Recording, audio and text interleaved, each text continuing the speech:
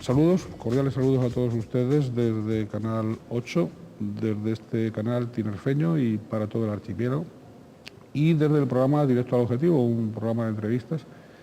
En esta ocasión vamos a entrevistar, vamos a dialogar ampliamente con don José Gumersindo García Trujillo, alcalde de la Villa de Candelaria. A don José Gumersindo vamos a darle la bienvenida al canal y al programa. Bienvenido, señor alcalde, y vamos a estar hablando de usted y de Candelaria. Gracias, buenas tardes. Bien, usted nació hace 43 años, está casado, es padre de 3 hijos. ¿Aprecia usted los valores familiares? Eso es lo primero que le iba a preguntar, ¿no? Hombre, yo creo que son fundamentales, ¿no? Si los que formamos una familia no apreciamos esos valores, pues realmente no debíamos habernos metido en esa faena. Además son valores que uno aprende a valorar cuando es hijo, pero que de verdad llega a alcanzar su verdadero, a apreciar su verdadero sentido y lo que significa en todo su ámbito y con amplitud cuando se es padre, ¿no? Cuando se es padre se entiende... Eso imprime carácter. Hombre, yo creo que ayuda a conocer y a suavizar los caracteres también y a ser, bueno, pues a veces sí. a tener, ¿cómo diría yo?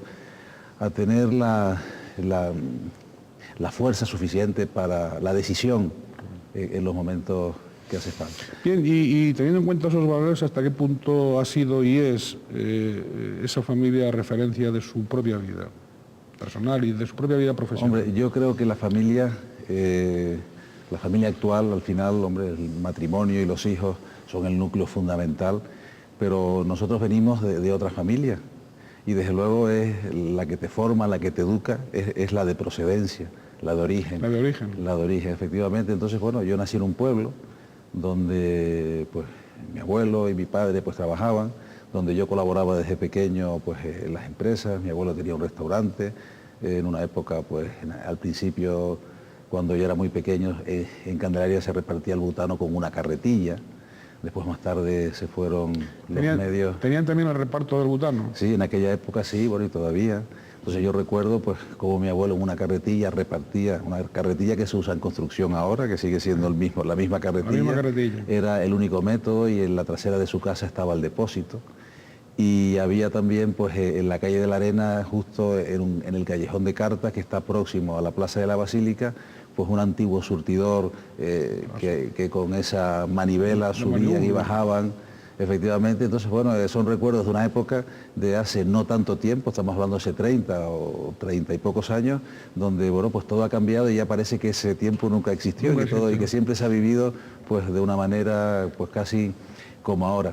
Y entonces, bueno, pues yo vengo de una familia pues trabajadora en la que yo pues aprendí a hacer cositas. Mi abuelo me daba mucha caña, mi padre me exigía y siempre estaba del tingo al tango haciendo unas y otras cosas, y yo creo que eso pues forma parte de tu educación, ¿no? Ahora iremos viendo algunas de esas cosas que usted cierto. Bien, realiza los estudios primarios y los de bachillerato siempre en centros públicos, sí. En colegios de Candelaria y de Güímar, en el Instituto Güimarero del Mencey Caimo. Usted sabrá que en tiempos pasados, que no son tan pasados, como comentaba antes, en algunos ámbitos insulares el estudiar en la escuela pública equivalía algo así a un signo de inferioridad social, ¿no? O algo así, ¿no? ¿Usted recuerda sí, es verdad, porque es cierto que a veces... ¿Usted adquirió algún complejo a ese respecto?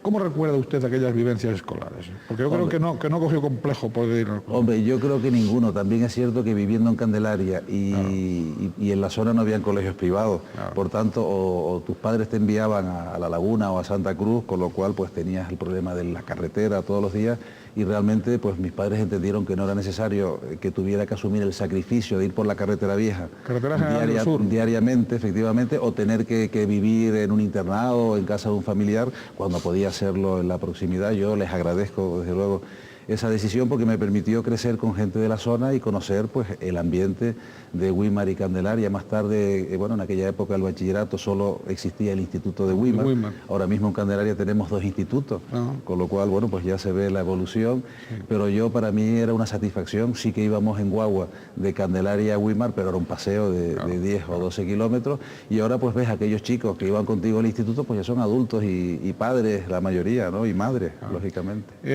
Y como dice, evitando la carretera, digo, yendo a Güímar, evitando la carretera general del sur hasta Santa Cruz o La Laguna. Fíjese, Candelaria entonces estaba alejada. Bastante. Incluso del área metropolitana. Bastante, eran pues como 20 y tantos kilómetros que por la carretera general eran bastantes, sobre todo también con los vehículos que había en aquella zona, la estrechez de la carretera y el tráfico que a medida que avanzaba el tiempo pues era mayor y lógicamente pues, también aumentaban las dificultades. Lógicamente la autopista del sur pues abrió una puerta a la zona de costa y desde luego la cerró a la zona de medianías claramente.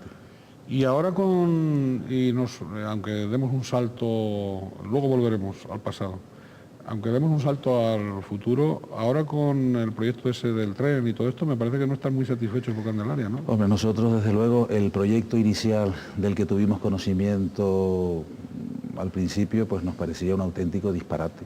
O sea, en Candelaria... ¿En qué consistía? Bueno, la parte que corresponde a Candelaria suponía que si bien en Barranco Hondo entraba en un túnel, salía en la Cuesta de las Tablas sobre las Caletillas en un viaducto de aproximadamente entre 20 y 30 metros de altura. O sea, imagínese esa enorme pantalla por encima de la autopista a la altura de la UNELCO, que sobresale, o sea, que sale en ese momento de un túnel y que luego sobre el perfil del terreno continúa avanzando hacia el sur. O sea, aquello es algo, yo creo que en la época en la que vivimos es un atentado sin precedentes al medio ambiente, a la estética, al buen gusto y a la convivencia y a los medios para que el municipio se pueda seguir desarrollando. Presentamos alegaciones al Cabildo planteando que queríamos que en esa zona fuese soterrado el tren para evitar el impacto visual, también para evitar lo que supondría la separación del municipio de la parte baja con respecto a la parte alta y también mitigar en lo posible los ruidos de las viviendas próximas que ya están en la zona y otras que en el futuro van a ser la ampliación del municipio entre la autopista y la carretera general.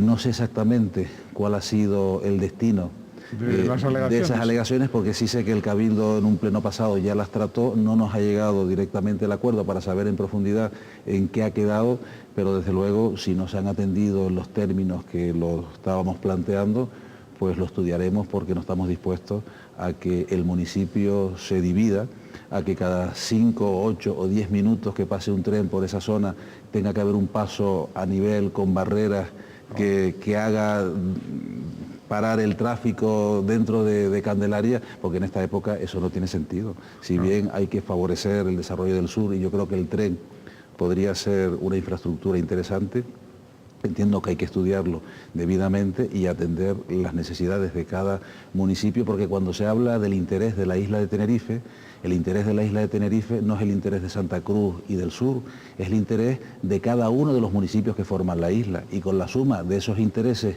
individuales de cada municipio podemos hablar del interés general de la isla, pero sin llegar a ese compromiso y hacia esa conciencia, pues no podemos tampoco embarcarnos en proyectos millonarios que ya desde ahora se habla de que pueden ser deficitarios y tampoco están los fondos para garantizar su futura viabilidad, si antes pues no se cuenta con el apoyo y con el compromiso de todos los municipios implicados, ¿no? Sin duda, el interés general es suma de intereses, como usted dice, y es no exclusivo ni excluyente. Es decir, en el momento que haya exclusiones de interés cívico, pues ya no hay interés general, ya de algún modo bien, pero luego probablemente al final volveríamos sobre algún aspecto de futuro.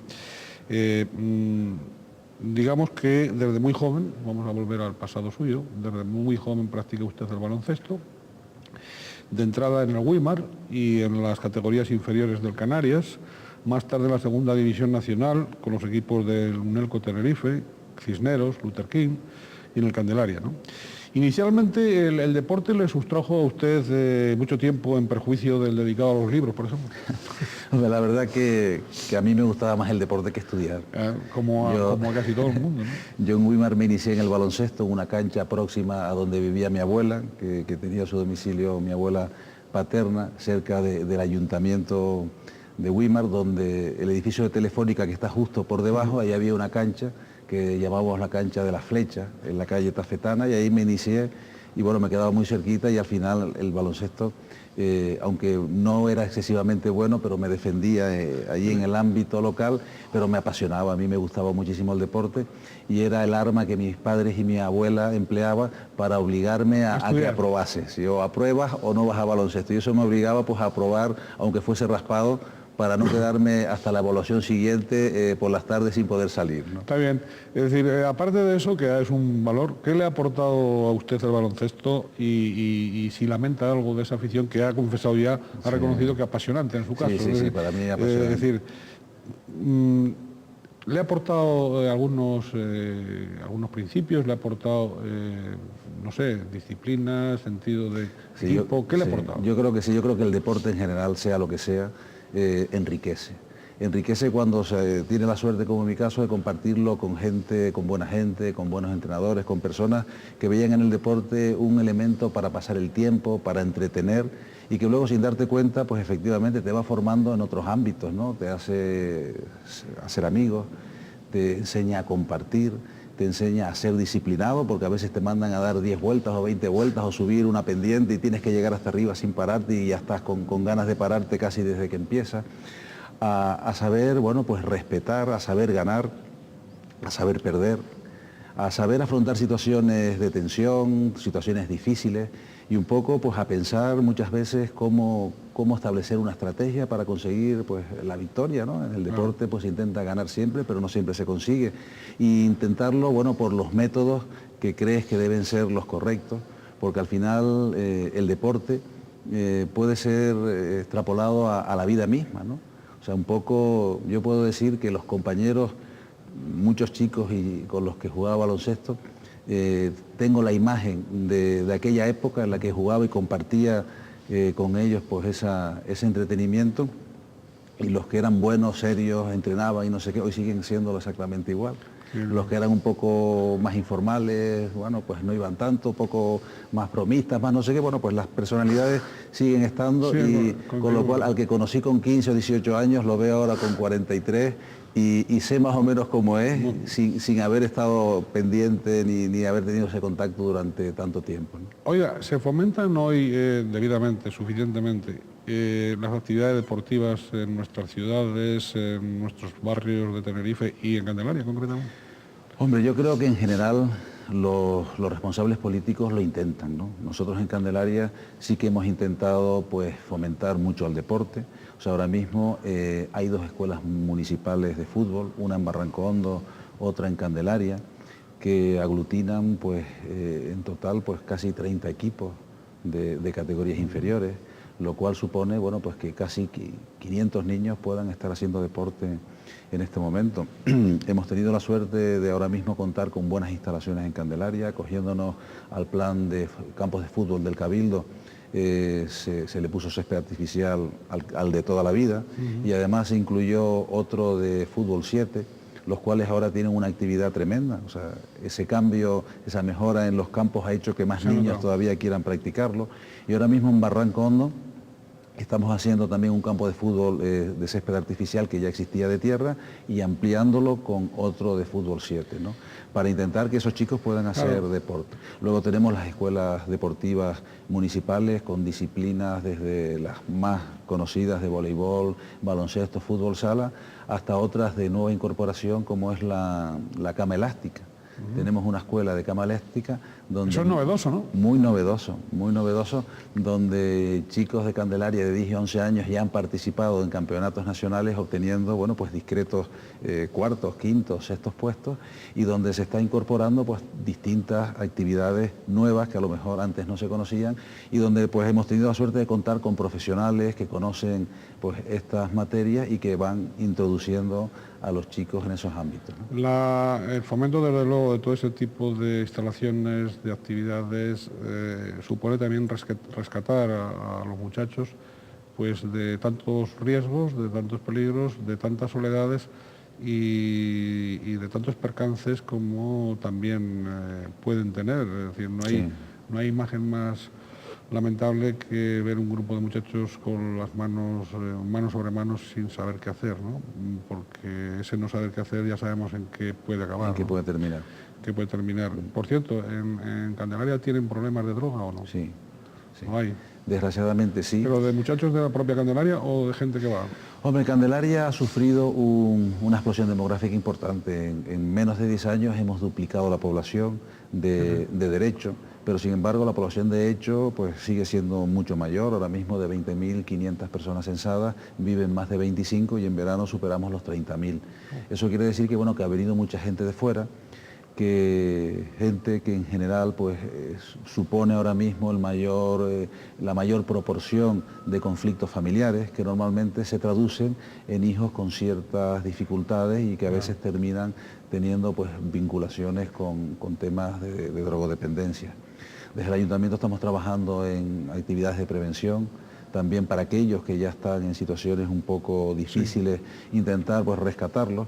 Y desde luego no es fácil porque el ayuntamiento está intentando trabajar dentro de lo que son los servicios sociales, en colaboración con la policía local, no solo desde el punto de vista represivo, que eso está más bien enfocado a lo que son los traficantes, los vendedores, sino más bien desde el punto de vista de prevención con los chicos, sí, en el consumo, también en la orientación, en la información, en la educación, en servir de apoyo a esos jóvenes y a esas familias que a veces pues se muestran un tanto inestables, porque además la estructura, aparte de servicios sociales, policía, necesita del sostén familiar. Sin duda. O sea, donde hay unos padres que colaboran, que son conscientes, es mucho más fácil que donde a lo mejor el padre es alcohólico, hay problemas de malos tratos o simplemente ha abandonado a su madre, la madre del chico pues sobrevive con muchas dificultades económicas.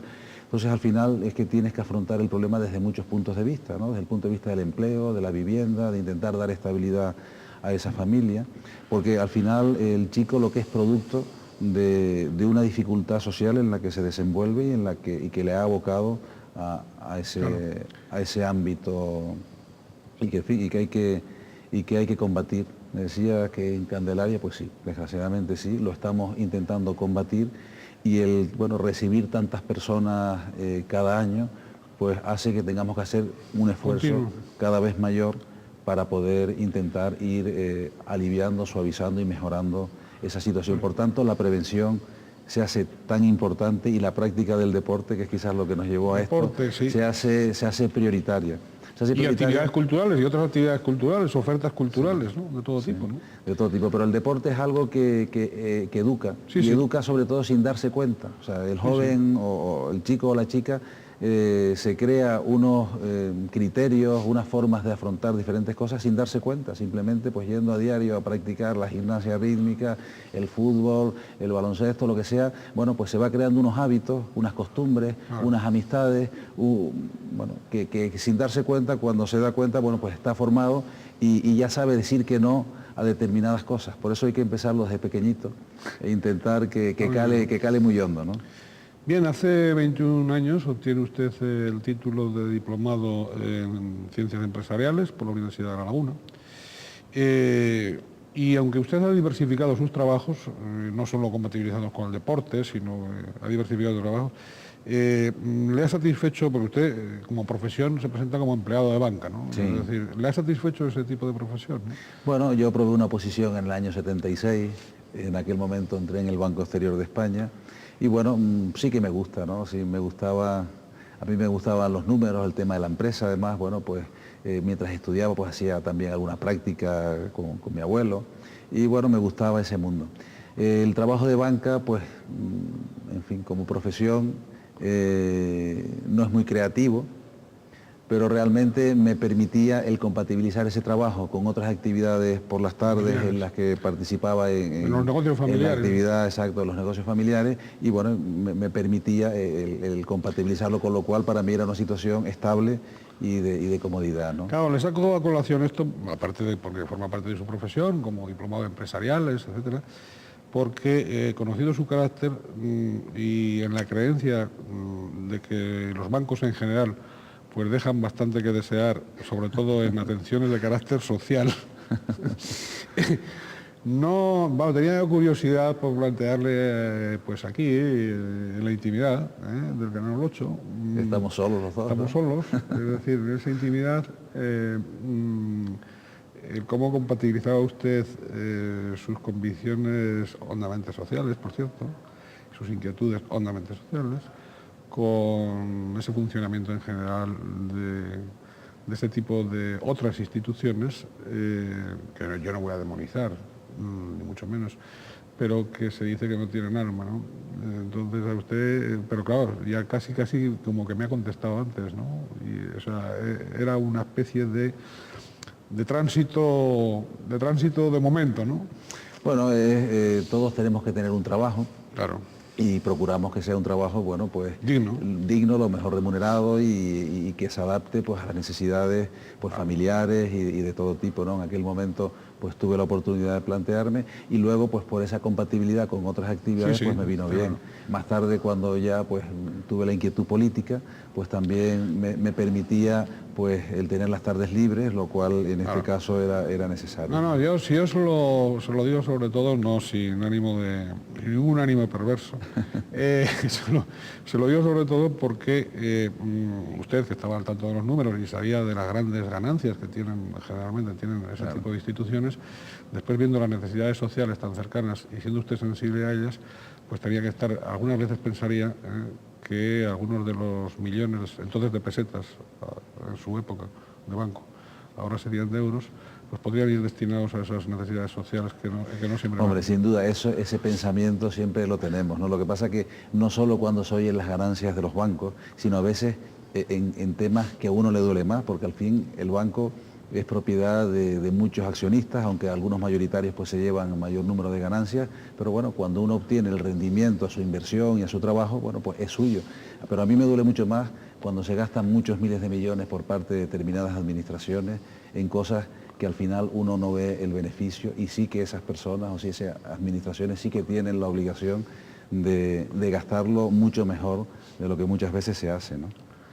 Bien, pues esa es la primera andanada que ha lanzado y supongo que seguirá con otras. Con 31 años de edad figura usted como candidato independiente dentro de la plancha del Partido Socialista a las elecciones del Ayuntamiento de Candelaria. Conducta que va a repetir en los comicios siguientes de 1995. La de 1991 fue su primera experiencia en la política activa. Sí. La verdad que yo llegué a las elecciones del año 91 pues con ninguna experiencia. Oye, ¿quién le animó a dar ese paso y por qué lo dio usted? Eso fue, bueno, un grupo de amigos. ¿Fue una casualidad o qué? Hombre, fue una casualidad, pues no sé, a lo mejor la casualidad fue que me propusieran a mí esa posibilidad. En Candelaria, pues mis amigos y la gente con la que me movía casualmente, pues estaban en el Partido Socialista, yo pues compartía con ellos muchas cosas. Y la verdad que, bueno, era consciente de las deficiencias de mi pueblo y quien ha vivido en el pueblo y ha crecido y quien para cualquier cosa tenía que salir de Candelaria, como era mi caso. Antes hablábamos que iba a jugar a baloncesto a La Laguna cuando el Canarias jugaba en el Luther King y yo pues, jugaba en los juveniles o los juniors, y Carmelo Cabrera jugaba en primera división con Eddie Phillips y Palme. Bueno, pues en esa época yo para ir a La Laguna tenía que ir en autostop, y para volver en autostop. Y cuando volvía de La Laguna, bueno, al mediodía, por la tarde a la hora de entrenar, quizás podía coger la guagua, pero ir a Santa Cruz y tal y cual, el transporte quizás era más complicado que ahora. Podía ir en la guagua, pero al volver a las 10 o 10 y media de la noche no había guagua para Candelaria. Entonces no me quedaba más remedio que volver en autostop. Entonces, bueno, eso lo pongo como ejemplo, porque ya no es hacer deporte en aquella época, era hacer pues muchas cosas, ¿no? Estudiar, una academia de inglés, un no sé qué, un no sé cuánto. O sea, cuando hablamos de los jóvenes, de hacer deporte, en Candelaria no había más que fútbol.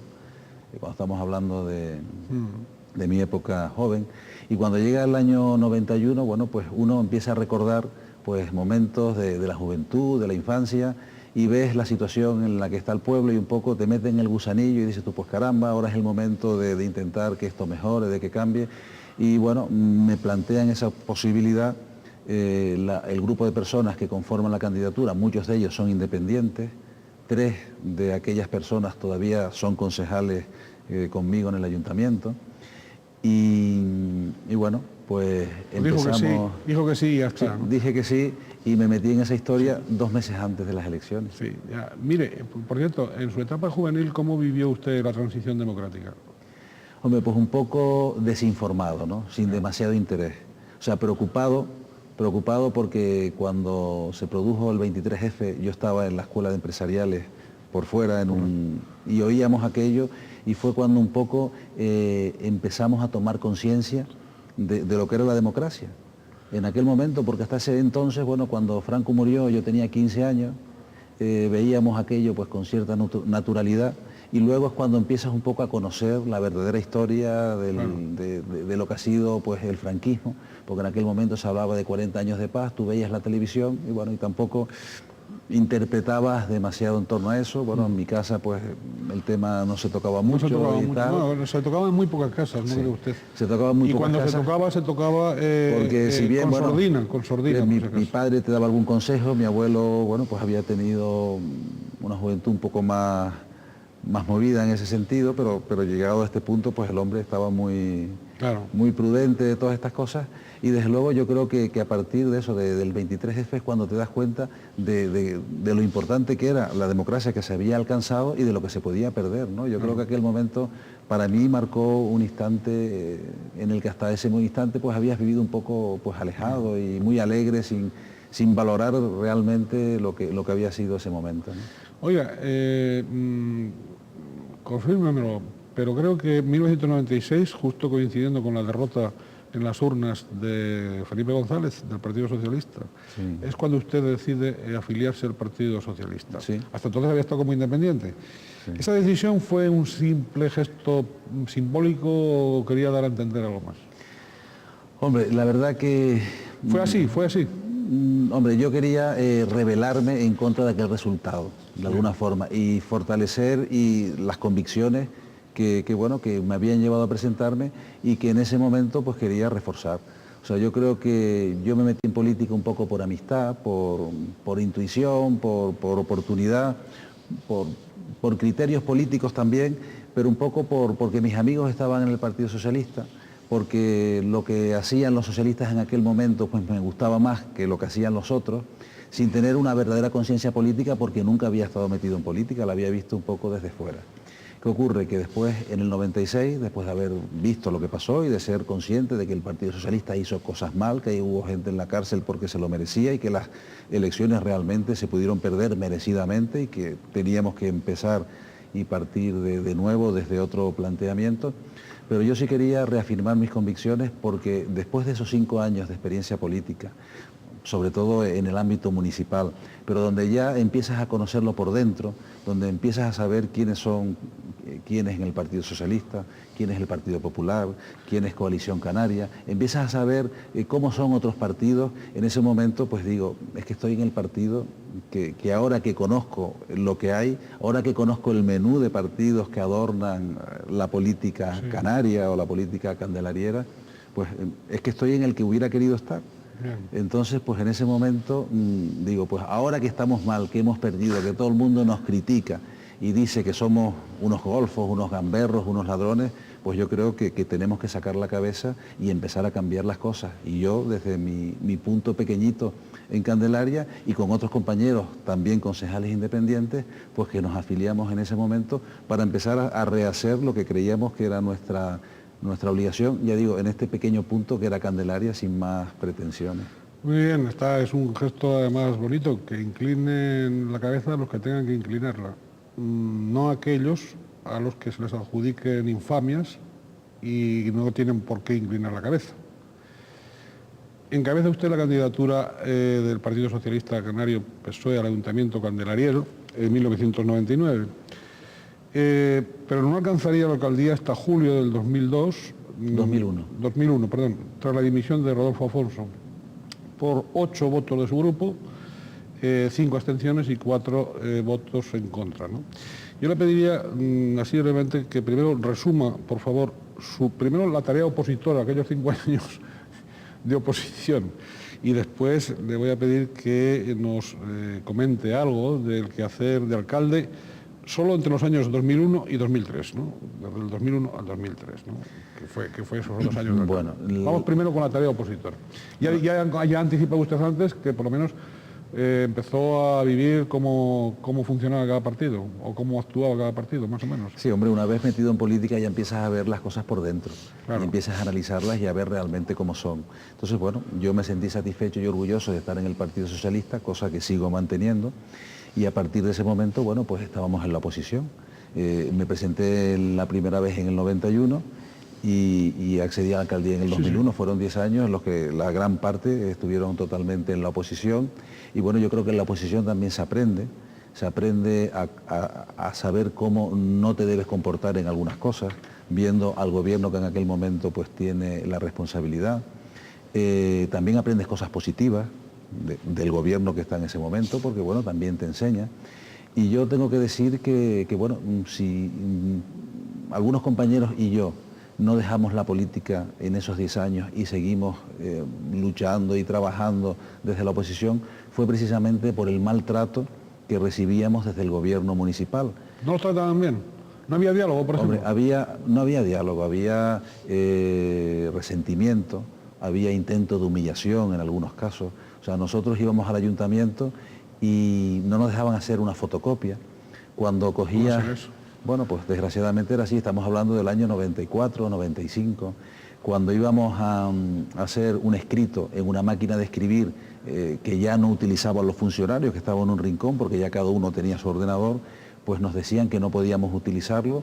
Incluso en 2 ocasiones, pues el alcalde de aquel momento nos mandaba a un policía comunicándonos que incumplíamos determinado artículo del Código Penal por estar utilizando esa máquina de escribir sin autorización, cuando realmente lo que hacíamos un escrito para pedir información de temas relacionados. ¿No eran representantes de los ciudadanos de Candelaria? Se supone, pero en aquel momento no se entendía así, y de ahí pues el maltrato que le comento. O sea, no podíamos llamar por teléfono para temas municipales. O sea, bueno, era una situación que por eso digo, o sea, si no nos fuimos antes para nuestra casa, era porque un poco... Pero tenemos que resistir aquí. Porque, claro, efectivamente, o sea, porque nos trataban de una manera que al final lo que hicieron fue fortalecer nuestras convicciones y decir, mira, esto no puede seguir así, o sea, claro. Aquí no se puede tratar a los socialistas mal porque sean socialistas y porque el gobierno es de otro signo. O sea, la gente en Candelaria estaba enfrentada, se llevaba muy mal, habían hermanos, cuñados, sobrinos que no se hablaban por cuestiones políticas, y al final se era de un partido o de otro, muchas veces por convicciones y otras veces por enemistades personales. Si tú eres de un partido y yo soy del otro, y si yo soy del que gobierna te voy a fastidiar.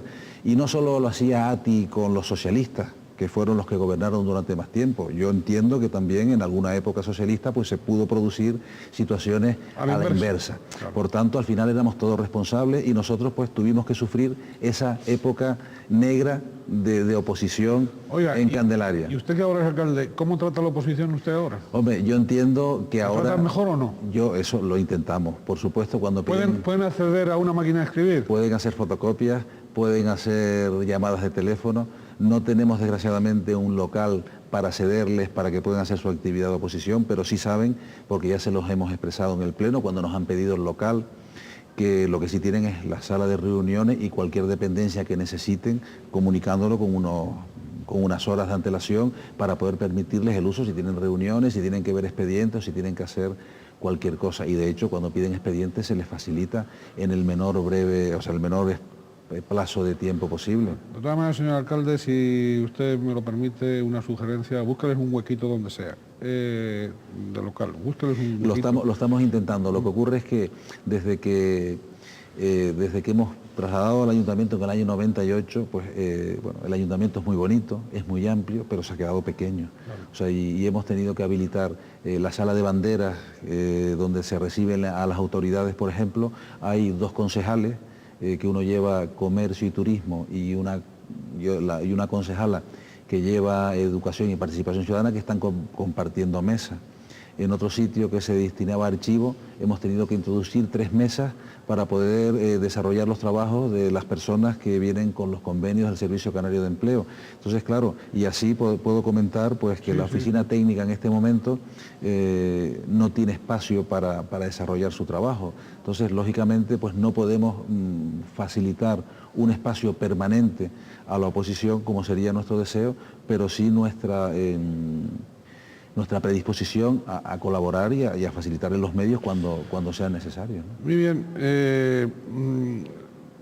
Por lo que he creído entender, esos años de oposición, esos 10 años de oposición, es una tarea de resistencia. Resumiéndolo, resistencia. Más bien, sí. Bien, y luego esa etapa de alcalde entre el 2001 y 2003, cuando usted llega al ayuntamiento, ¿qué ayuntamiento se encuentra y cuáles son sus primeras disposiciones? Bueno, cuando llegamos al ayuntamiento lo hacemos en minoría, no teníamos apoyo, y desde el día siguiente al que asumo la alcaldía, pues empieza a hablar de una posible moción de censura.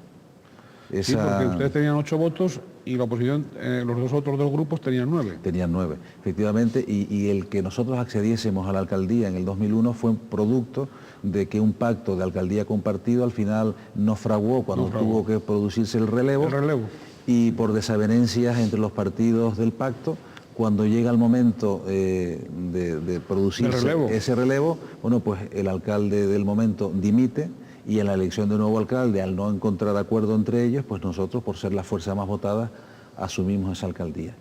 Yo tengo que decir, como reconocí en aquel momento, que Rodolfo Afonso tuvo una actitud valiente al ser firme en sus convicciones y ser consciente que su acto iba a permitir que fuéramos los socialistas los que asumiéramos el gobierno, y aún así él entendió que eso era más beneficioso que la otra opción que era posible, y bueno, y cumplió a pesar de que su partido y de determinadas instancias pues no aprobaban ese comportamiento, y tuvo la valentía de asumirlo, que lo presionaron mucho y desarrollarlo.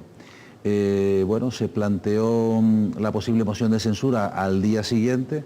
Ya el señor Afonso me había dicho que él no iba a poner ninguna moción de censura, que iba a estar ahí el tiempo que estuviese pues intentando que las cosas fueran bien, que marchase. Nosotros en minoría pues empezábamos a intentar caminar, pero Rodolfo Afonso dimite, y entonces pues se vuelven a reavivar todos los fantasmas, ¿no? Bueno, pues lo que intentamos es simplemente empezar a trabajar, empezar a conocer un poco el ayuntamiento por dentro, qué áreas estaban más deficientes con respecto a las que podían funcionar un poco mejor, pero siempre con incertidumbre y con la inestabilidad que da el no saber qué pasa al día siguiente. Transcurridos pues 6 u 8 meses, se disipa el riesgo de esa moción de censura, y entonces bueno, pues pactamos con 2 concejales del grupo mixto, lo que da cierta estabilidad y nos permite acabar esa legislatura, pues yo lo definiría que poniendo parches, ¿no? Que viviendo el día a día, poniendo muchos parches para intentar bueno, pues ir atendiendo las necesidades más inmediatas, y luego pues poder ir planificando el futuro ya con otras perspectivas en el horizonte, ¿no? Oiga, como presidente, en las elecciones locales del año pasado logra el gobierno municipal con la mayoría absoluta de 12 concejales, 12 frente a 3 de Coalición Canaria y a 2 del Partido Popular. ¿Usted se esperaba una victoria tan aplastante en confianza? Hombre, nosotros... ¿O es que siguió alguna estrategia especial en la campaña? ¿Qué pasó ahí? No, bueno, nosotros en el 95 y en el 99 habíamos obtenido 8 concejales, sí. Habíamos sido los más votados, sí. En el 99 ya nos habíamos quedado muy cerquita de la mayoría, nos faltaron 200 votos para el 9º concejal, y sí confiábamos que después de esos 18 meses de gobierno mejorar el resultado. Nosotros esperábamos 10 concejales. Pero no 12. No, esperábamos obtener al menos 10 concejales porque el trabajo había sido mucho, el esfuerzo había sido intenso, y pensábamos que nos merecíamos tener por lo menos 10 concejales, que es lo que esperábamos que podíamos alcanzar. La verdad que llegó el momento de las votaciones y nos vimos abrumados por ese porcentaje del 67% de votos de los candelarieros que nos apoyaron en aquel momento. Yo tengo que decir que desde luego, bueno, nunca tendremos palabras de agradecimiento para poder, bueno, valorar ese gesto de nuestro pueblo, y lo que sí asumimos en aquel momento, y lo dije y lo tengo que repetir ahora, es la enorme responsabilidad que nos da ese apoyo masivo, porque supone que tantas personas han puesto unas expectativas en un grupo político que de alguna manera tenemos ahora que demostrar que no fueron vanas y que estaban basadas en una gestión que queremos que sea lo más eficaz posible y que satisfaga pues esas necesidades que ellos veían en nosotros que podíamos atender, ¿no? Tienen que demostrar que merecieron esa confianza. Efectivamente. Bien, vamos a repasar algunas realidades y próximos proyectos, muy en plan de síntesis, porque de la villa de Candelaria, ¿no? Del Plan General de Ordenación y de la Agenda Local 21, ¿qué nos podría usted, muy resumido? Bueno, el Plan General de Ordenación está ahora en elaboración, ya lo hemos presentado a los grupos políticos de la oposición en 2 ocasiones, en otra ocasión al foro de la Agenda 21, que es un órgano, es el embrión, el foco principal de lo que es la Agenda 21, un documento que se basa en la participación ciudadana y que si bien al principio cuando uno empieza a oír hablar de la Agenda 21 lo asocias inmediatamente al medio ambiente, es mucho más. O sea, la Agenda 21 afecta a todos los ámbitos municipales, no solo medio ambiente, servicios sociales, urbanismo, policía, obras y servicios, y de lo que se trata es de aplicar criterios de sostenibilidad en los que se garantice el crecimiento con unas formas de hacer política un poco distintas y en las que la prioridad es la participación de la gente. En este foro pues se encuentran integradas todas las asociaciones y colectivos del municipio, son más de 90 en este momento, y entonces están desde una asociación de cazadores hasta el centro de salud, los colegios, las farmacias, los taxistas, los deportistas, las asociaciones culturales, las folclóricas, o sea, lo más amplio que todo lo que tenemos en el municipio se encuentra representado. También hemos incorporado a los partidos políticos que presentándose a las elecciones no tuvieron participación, que son 5 partidos políticos que se encuentran en esa situación, también participan directamente en ese foro, y el plan general, pues les ha sido presentado con la intención de que antes de que se apruebe inicialmente ya empiecen a conocerlo y a saber qué es lo que pretendemos conseguir a través de esa herramienta que va a suponer planificar el desarrollo del municipio en los próximos al menos 20 años. Entonces es importante que la gente lo conozca y que plantee, independientemente de que todos nos interesemos por cómo va a quedar nuestro solar o la finca que tenemos en determinado sitio, lo más importante es que se haga un planteamiento global y que la gente aporte soluciones, sugerencias, sobre todo de cómo quiere que sea ese desarrollo integral del municipio en sus ámbitos más amplios, ¿no? ¿Hasta cuándo más o menos se han dado de plazo para empezar ya las aprobaciones iniciales? Bueno, la intención era aprobarlo en este mes de julio. Si llegamos a tiempo lo haremos y si no tendrá ya que ser en septiembre, para a continuación, una vez se apruebe inicialmente, abrir el plazo de exposición al público e empezar a recoger todas esas aportaciones. Hay que decir que estos planes generales en Candelaria y los próximos que se van a aprobar, nos vamos a encontrar con varias dificultades añadidas. Y es que en este caso hay que cumplir, aparte de las propias normas municipales, con cuatro amplios esquemas legales que nos comprometen. Por una parte, la ley del territorio, por otra parte, la ley de vivienda de Canarias, por otra parte, el PIOT, y por otra parte, una cuarta, que sería las directrices. Leyes o normas que ya a Candelaria de algún modo la señalan con ciertas... Sí. Son 4 normas de obligado cumplimiento, además de tener que contemplar el paso del posible tren por nuestro municipio, lo cual hay que dejar contemplado, se haga o no se haga en su momento la infraestructura, pero tiene que quedar reflejado con sus limitaciones. ¿Qué va a suponer? Pues va a suponer que nos va a obligar a un esfuerzo añadido de formación, de educación, de aclaración a los vecinos de lo que supone esto. Todo lo que no sea suelo urbano consolidado, que es todo aquello que no tenga aceras, que no tiene alcantarillado, que no tenga, o sea, aún teniendo aceras, si no tiene alcantarillado no cumple, salvo que esté totalmente colmatado su zona, pues va a obligar a trabajar a través de sistemas de compensación por unidades de actuación. Eso supone que si en un pueblo estábamos acostumbrados a tener un solar de 300 metros y hacernos la casa en el solar de 300 metros, va a suponer que vamos a empezar a manejar criterios de que siempre vamos a tener que ceder un 20% para zonas verdes, un 20% para equipamiento, un 10% para aprovechamiento medio que pasa a los ayuntamientos, con lo cual también se gana el que si antes una calle te pasaba por tu solar, lo perdías mientras los de al lado se enriquecían, y ahora cuando la calle pasa por el solar de alguien, ese sistema de compensación va a permitir que nadie pierda o que nadie gane, sino que todos ganen o pierdan en la misma proporción. ¿no? Entonces, claro, esto es un esfuerzo, digo, porque en la mentalidad de los pueblos, como la mía, pues tenemos el solar que nos deja nuestro padre o nos deja nuestro abuelo y decimos, aquí tenemos la casa. Y ahora pues hay que tener en cuenta el solar que nos deja nuestro padre, junto con el solar del padre del otro señor y del hijo de no sé quién, y entre esos solares hay que dejar una zona para hacer un parque, para hacer una zona de ocio, y de ahí hacer la calle que va a permitir que tras esa urbanización pues se construyan las viviendas y los pueblos crezcan con un criterio más claro y razonable, y no como hasta ahora, que muchas veces nos vemos en zonas con difícil solución de continuidad, ¿no? Bien, mucha información por delante y mucho diálogo y mucha formación también. Comercio y pesca. El comercio en Candelaria es la actividad principal. Por eso es lo Se mueve mucho porque, bueno, tenemos muchos visitantes, nuestro comercio han proliferado en cuanto a diversidad, y yo creo que ahora mismo tenemos una oferta importante en cantidad y en calidad, enriquecida por el hecho de que abrimos los domingos y festivos por ser zona turística. Y dentro de esa actividad pues la restauración tiene también un peso fundamental e importantísimo. Yo creo que Candelaria ahora se está abriendo al futuro en este sentido. Desde el ayuntamiento pues próximamente editaremos una guía comercial que aglutinará a más de 400 comercios que dan empleo a más de 2.000 personas en Candelaria, que se incorporará posteriormente a una página web que estamos elaborando para facilitar lo que es la relación entre el vecino y el ayuntamiento, y también los cauces de información más inmediatos.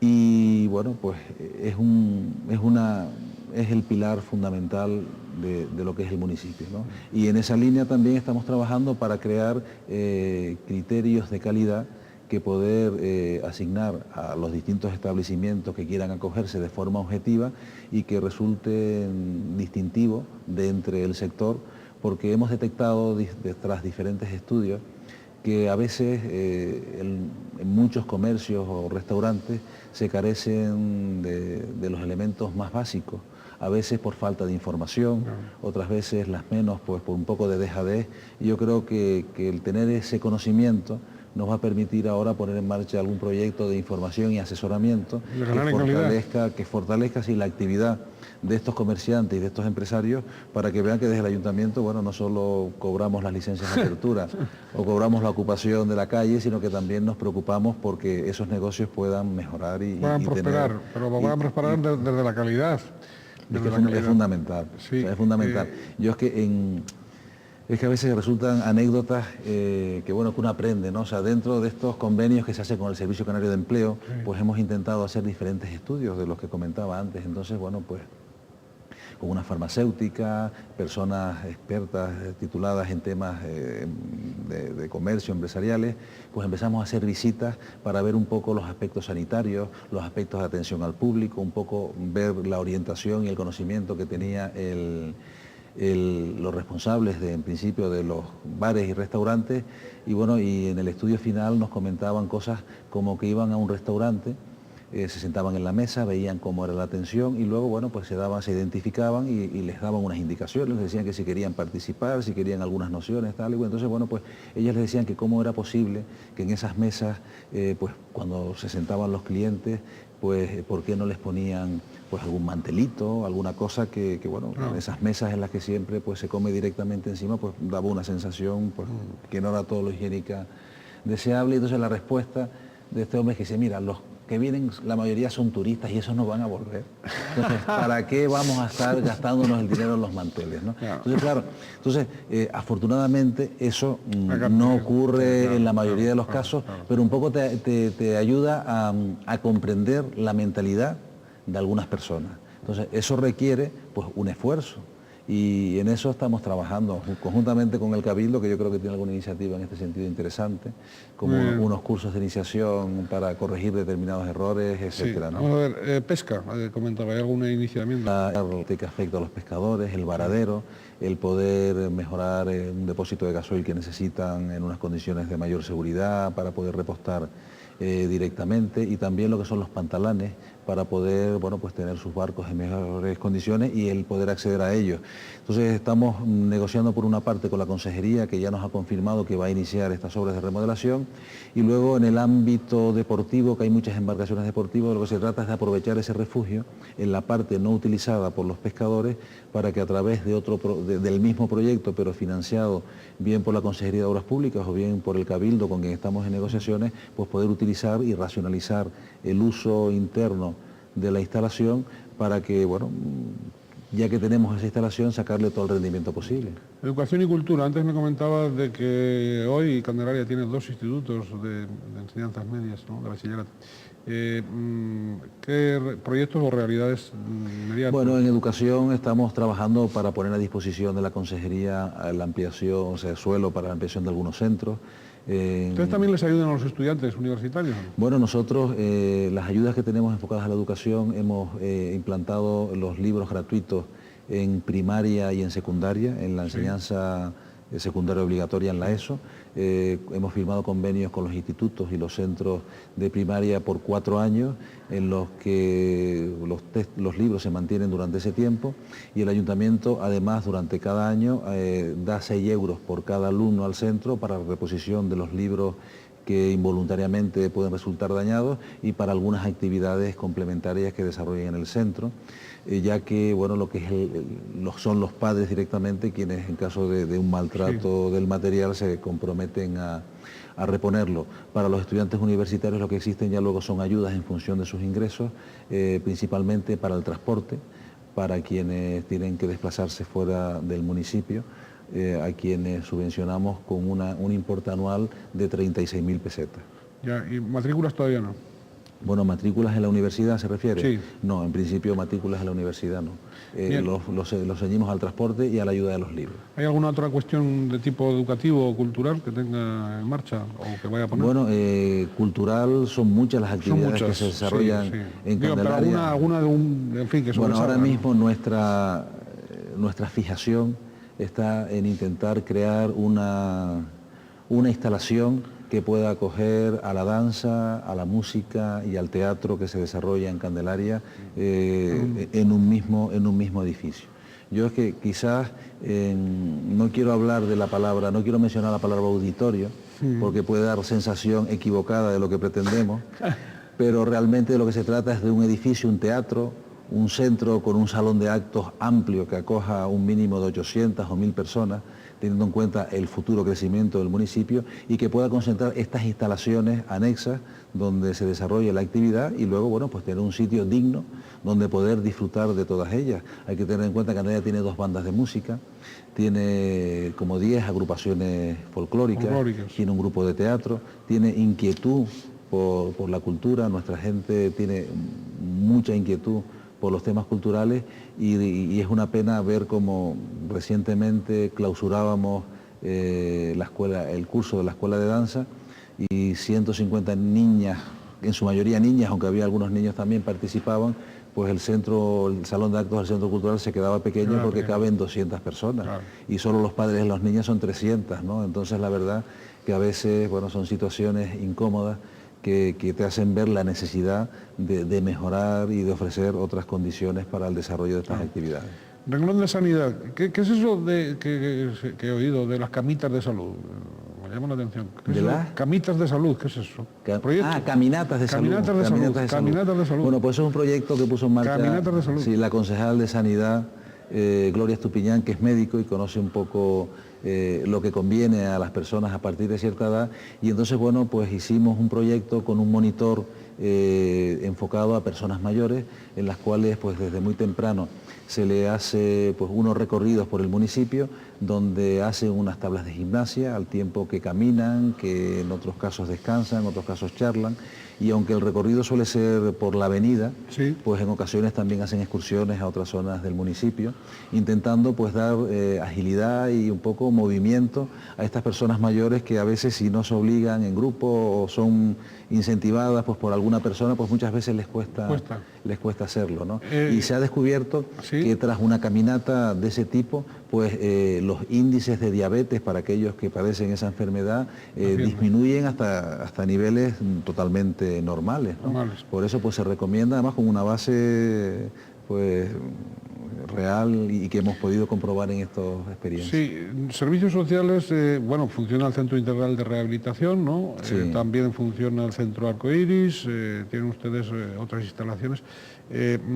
¿Prevén, digamos, a corto plazo en el área de los servicios sociales y también, porque no sé si en la sanidad prevé o no, usted y el ayuntamiento prevén o no algún tipo de iniciativa, ¿no? Bueno, nosotros en sanidad no tenemos competencia. No, por supuesto. Entonces, claro, lo que hacemos son algunas actividades. Hace unos meses hicimos una experiencia única en España con Hospitén, sí, en la que se hacían unos exámenes de posibles riesgos cerebrovasculares a personas mayores de 65 años y aquellas que por problemas de tensión o diabetes podían ser de menor edad, pero están dentro de ese factor de riesgo, y en el cual lo que se pretendía es hacer un estudio por el que se podía prevenir el riesgo de una embolia o de cualquier tipo de esta tal. Se hizo un estudio a más de 200 personas y tengo que decir que a 3 de ellas se les detectó sobre la marcha un riesgo inminente de infarto, fueron desplazadas a los centros sanitarios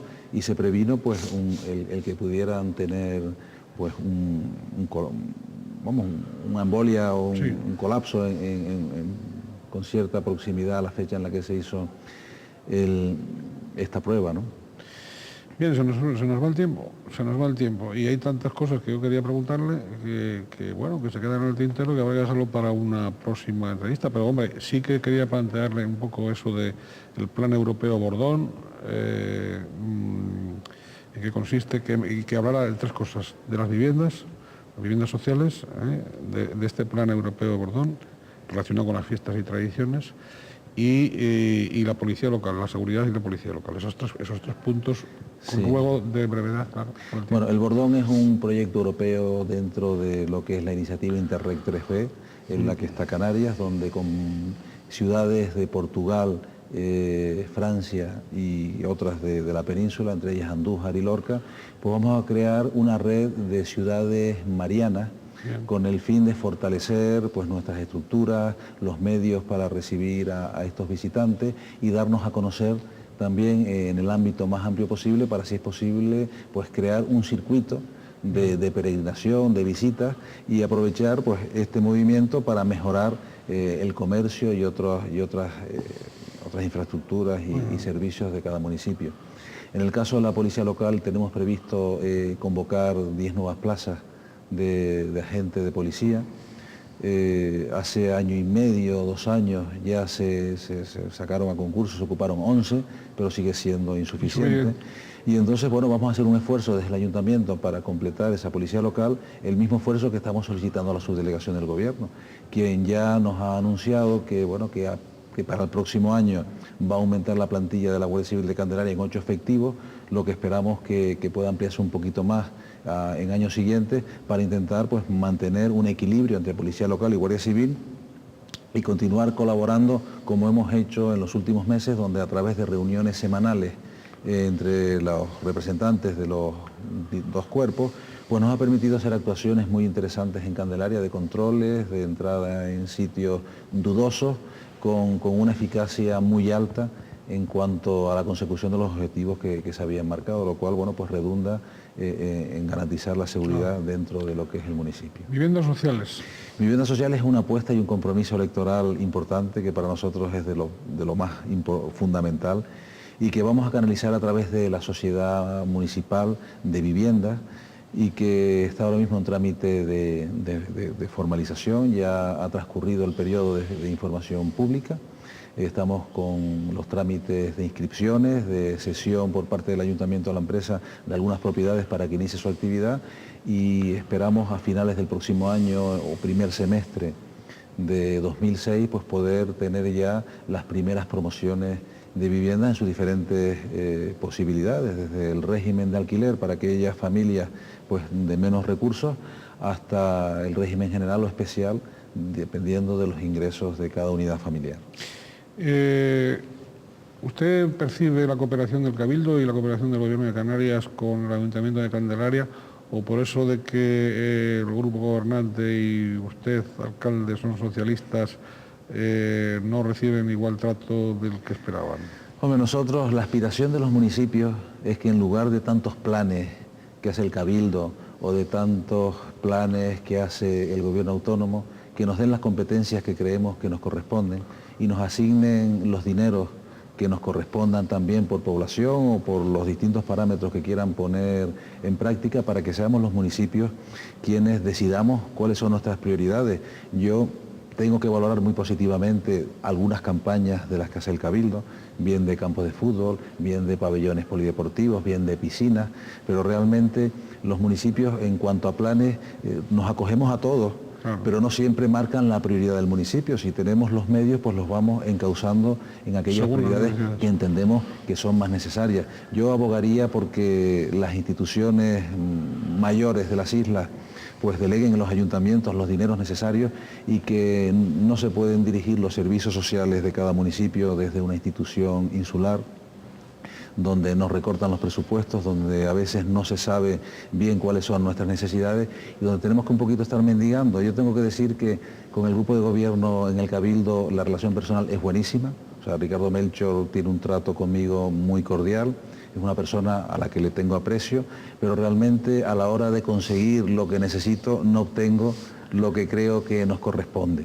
Y ahora mismo hay bastantes proyectos pendientes de realizar en Candelaria, de culminar en Candelaria por parte del Cabildo y algunos también por parte del Gobierno de Canarias, que intentaremos pues que se materialice, porque al fin y al cabo yo a veces cuando veo a Ricardo Melchor que pide tanto, que el Cabildo pide tanto, el Gobierno de Canarias pide tanto, al Gobierno central, el plan de infraestructura y tantas cosas que están pidiendo, hombre, a veces tengo ganas de que con los municipios también estas instituciones cumplan con los compromisos que tienen adquiridos desde hace algún tiempo, ¿no? Está bien, que sean consecuentes con lo que piden y también en lo que dan. Efectivamente, ¿no? O sea, que sea que no pedimos grandes cosas ni pedimos que nos inventemos nada, sino pedimos que se cumpla con lo que está previsto, con lo que está planificado, con lo que está presupuestado, sí, para que se atienda, porque es que al final, cuando hablamos antes del empleo de los dineros, el auditorio quedó muy bien, pero con 14.000 millones se podían haber hecho varios en la isla. El tranvía no sé cómo quedará, pero da la impresión de que se están paralizando obras en algunos municipios, pues porque esta infraestructura se está llevando una inversión muy importante. Y al final esa es la sensación que tenemos, porque cuando se habla de recorte en todos sitios, pues también se nos recorta los dineros que recibe el ayuntamiento mío y me imagino que la mayoría desde el Cabildo. Por tanto, lo que pedimos es que se analicen las prioridades y que se atiendan primero las necesidades de las personas, y que las infraestructuras están muy bien, pero que yo pienso que hay que priorizar, ¿no? Y ya que ha hablado del gobierno, ¿usted es partidario de que el Partido Socialista entre en el gobierno con coalición? No.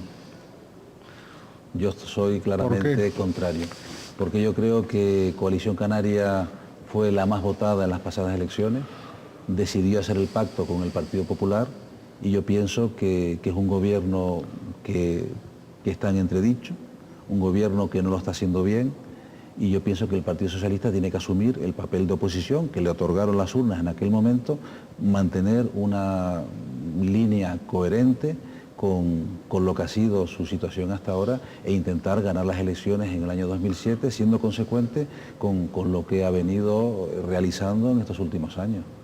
Oiga, señor alcalde, usted sabe que su nombre suena, y suena bastante, dentro del sector, del llamado sector crítico o tercera opción, yo no sé cómo, es decir, del Partido Socialista Canario PSOE en la isla de Tenerife. Y su nombre está ahí en algunos ámbitos de su partido como futuro candidato a la Secretaría General Insular del Partido Socialista en el próximo Congreso. que creo que lo van a tener ustedes para octubre para octubre o por ahí, ¿no? Es decir, ¿está usted dispuesto a, si sus compañeros se lo piden, a ser el nuevo secretario general insular del Partido Socialista en Tenerife? Hombre, es cierto que mi nombre ha salido, pero es muy complicado. O sea, yo realmente, para mí sería muy difícil el poder asumir una responsabilidad de ese calibre, teniendo en cuenta que habría que compatibilizarla con la labor de alcalde. Yo creo que Candelaria ahora mismo requiere de mucho esfuerzo. Nosotros estamos empezando a crear aquello que quisimos poner en marcha y todavía nos queda mucho camino por recorrer. Tenemos que empezar muchas transformaciones desde internas, administrativas, de infraestructuras y es muy complicado. Yo, cuando alguien me lo comenta, bueno, pues agradezco que piensen que yo puedo ser una persona válida para ostentar ese puesto, pero planteándomelo desde el prisma municipal lo veo muy complicado. No sé qué pasará en el futuro, pero sí que lo veo complicado y poco viable. Poco viable. Bien, esto lo dice usted en julio y claro, el Congreso es en octubre. De todas maneras, usted sí que es de la opinión de que dentro del Partido Socialista, en las islas y concretamente en Tenerife, tiene que haber cambios de personas, cambios de estrategias, cambios de actuaciones, ¿o no? Hombre, yo creo que es posible y que es bueno, en general es bueno que haya renovación en los cargos y que vayan saliendo caras nuevas. Lo que pasa es que cuando hablan del sector crítico y no crítico, yo tengo que decir que yo no soy de ningún sector y que no me gustan cuando sale en la prensa estas informaciones. Yo creo que los partidos tienen que resolver sus problemas internamente, que si tenemos un problema con el secretario insular o con cualquier otro compañero hay que resolverlo internamente y no en el medio de comunicación. O sea, no pueden ser los medios de comunicación los mensajeros de lo que un miembro del partido debe hablar con el otro. Para eso tiene que haber una relación mucho más directa. Sí, pero perdone que me interrumpa. Los periódicos, los medios informativos, no se inventan eso que sacan. No.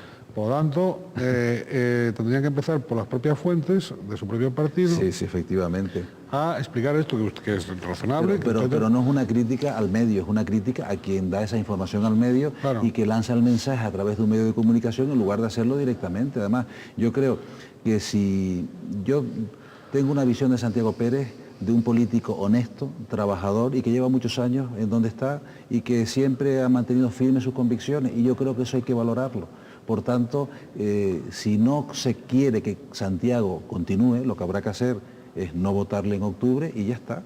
Pero lo que no hay, pienso, es que intentar agredirle, intentar ponerlo en situaciones complicadas que al final no llevan a ningún sitio y que crean pues, un malestar, porque ya hemos vivido una situación anterior con el secretario general que precedió a Santiago, que fue Melchor Núñez, y que tuvo una salida, yo creo que injusta, del partido. O sea, no se puede valorar la trayectoria política de un señor en un partido por determinados hechos puntuales en un momento determinado y que parezca que antes de eso no ha habido nada. Yo creo que seríamos un partido injusto con nuestros dirigentes si cada vez que alguien pues deja el cargo pues lo tiene que hacer de una forma pues poco elegante, sí, ¿verdad? Poco elegante. O sea, yo creo que la democracia, si existe en nuestra sociedad, tiene que existir dentro del partido.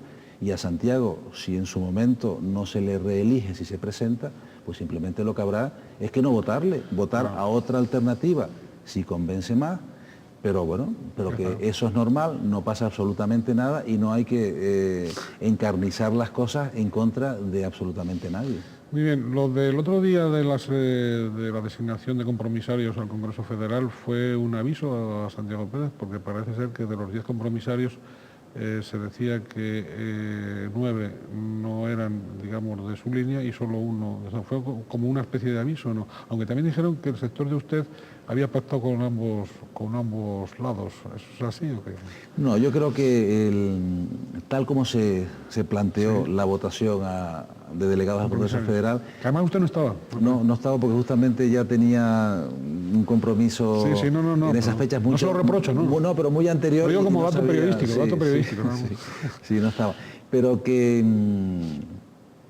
yo no creo que haya habido ningún pacto. O sea, yo lo que creo que realmente, además, que es a lo que iba, o sea, va a haber dificultad si el sistema de elección sigue siendo el mismo de que hayan pactos en este sentido. Hay que tener en cuenta que hay que votar la mitad hombres, la mitad mujeres, que son listas abiertas y que además el tema es incontrolable.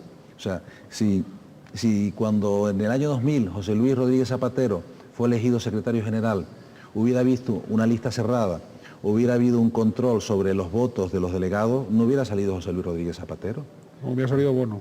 Seguramente, seguro, porque la mayor parte de las delegaciones, bueno, pues motivaban el voto en esa dirección. Claro. Sin embargo, salió José Luis Rodríguez Zapatero tan solo por 9 votos y nadie lo cuestionó, a pesar de ser un resultado apretado, nadie lo cuestionó, porque bueno, todos éramos conscientes de que el voto a Zapatero valía más quizás que el voto a otros candidatos que se suponían favoritos. Entonces, en la situación en la que se plantean estas votaciones va a ser muy difícil el pacto, porque yo creo que dentro de las agrupaciones no se puede controlar la voluntad de todas las personas, y si bien una agrupación puede mostrarse contraria a Santiago o favorable a Santiago, sus delegados pues tienen un criterio propio, y yo creo que lo que enriquece al partido es que sea capaz de asumir esos mecanismos de elección y, lo más importante, que los mantenga.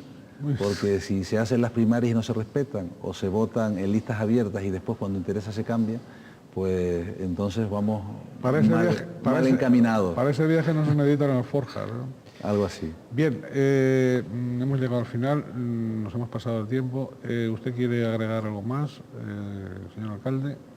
Bueno, agradecer a Canal 8 su amable invitación, felicitarles por estas estupendas instalaciones y desear que mi partido sea capaz de asumir los retos de futuro que tiene por delante. Creo que tenemos mucho que hacer. En Canarias, creo que en el 2007 podemos ser la primera fuerza política. Creo que tenemos la fuerza moral, tenemos la gente necesaria para poder sacar ese proyecto adelante. Y yo lo que pido a mis compañeros, que sigan trabajando por la unidad, siempre por la unidad, y nunca por intentar, por ocupar un puesto, crear o intentar desestabilizar lo que hemos elegido entre todos, porque ahora mismo los secretarios insulares o regionales son el resultado de nuestra propia votación. Entonces vamos a reforzarles, y en los siguientes congresos pues elijamos a quienes queramos en total libertad. Muy bien, pues muchísimas gracias al señor alcalde de Candelaria. Muchas gracias por estar aquí, por estar en el Canal 8, por estar en este programa. Aquí estamos pues a la orden en aquello que sea beneficioso para la Villa Mariana de Candelaria. Una villa tan entrañable, un lugar tan de todos, y también darles las gracias a todos ustedes por la atención que nos vienen dispensando al programa y al canal. Como siempre me despido con ese deseo. Esta va a ser probablemente la entrevista preveraniega, o ya veraniega, pero última hasta el regreso en septiembre. Entonces, desearles a todos ustedes que pasen un feliz verano, un verano hogareño, un verano familiar, y que sean felices en la medida de lo posible.